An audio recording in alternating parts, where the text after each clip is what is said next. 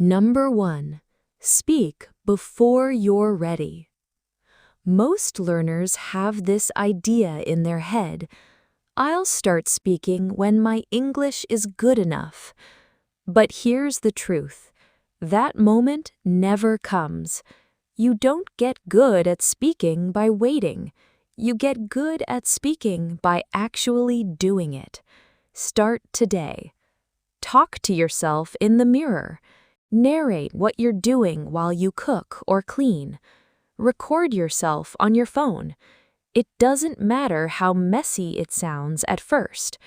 Every fluent speaker you've ever heard went through that messy stage. The difference is they didn't stop there. Number 2. Stop translating in your head. This is one of the biggest things holding intermediate learners back.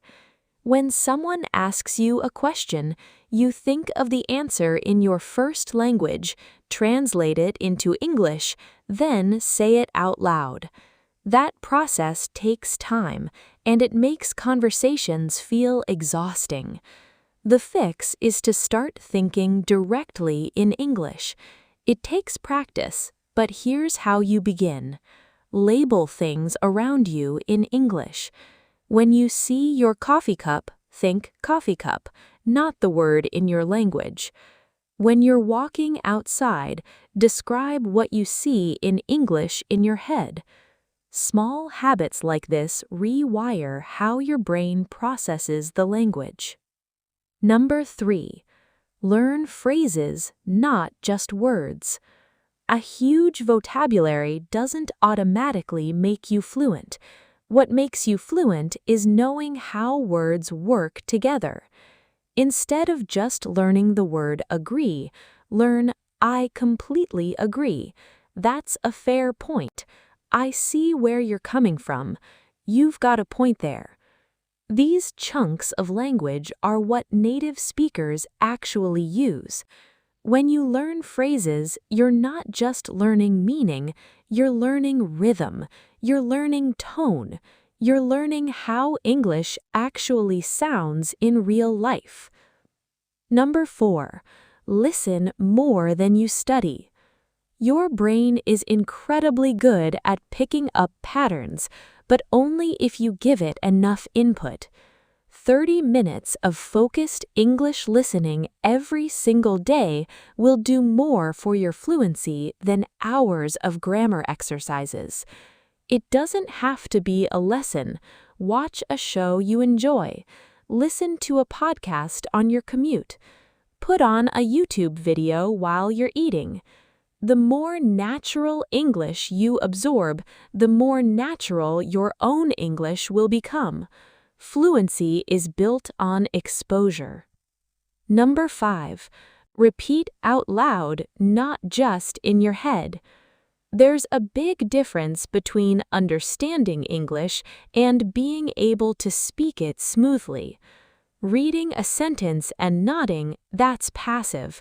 Saying it out loud again and again until it feels comfortable in your mouth, that's active.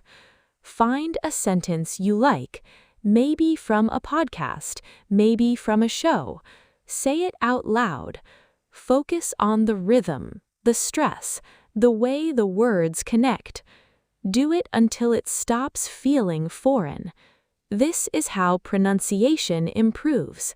This is how speaking starts to feel natural. Number 6. Make mistakes on purpose. Here's something most people get wrong about fluent speakers. They think fluent means perfect. It doesn't. Fluent means comfortable. Fluent speakers make mistakes all the time. The difference is they don't freeze when it happens. They keep going. So instead of trying to avoid mistakes, start chasing them. Put yourself in conversations that feel a little too hard. Join an online English group. Talk to strangers. Say the thing even when you're not sure it's right. Every mistake is your brain updating its understanding of the language. Number 7. Use English in your real life, not just study time. A lot of learners treat English like a subject, something they study for an hour and then switch off. But fluency comes when English becomes part of your actual daily life. Change your phone settings to English. Write your shopping list in English. When something happens during your day, try to describe it in English in your head. Even better, find someone to text or chat with in English.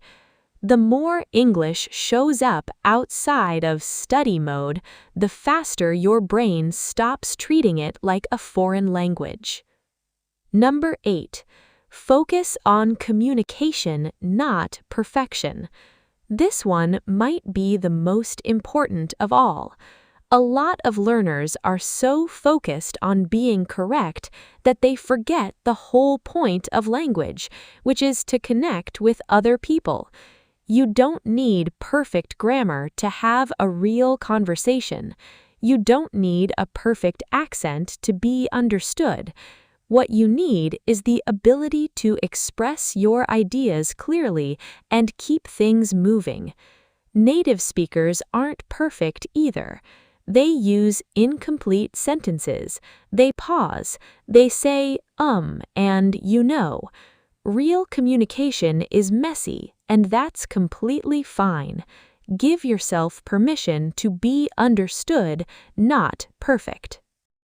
And that's a wrap on today's episode. 8 habits, and honestly, you don't need to start all of them at once. Pick one, just one, that feels doable right now, and commit to it this week. That's how change actually happens. Not all at once, but one small shift at a time. If this episode gave you something useful, hit subscribe so you don't miss what's coming next. We put out new episodes every week, and every single one is designed to help you sound more natural, more confident, and more fluent in real English situations. And before you go, Jenna and I want to hear from you. Drop a comment below and tell us, which of these 8 habits do you think is the hardest one to actually stick to? Is it stopping yourself from translating in your head? Is it making yourself speak before you feel ready? Let us know. We read every single comment, and your answer might just inspire our next episode. We'll see you in the next one.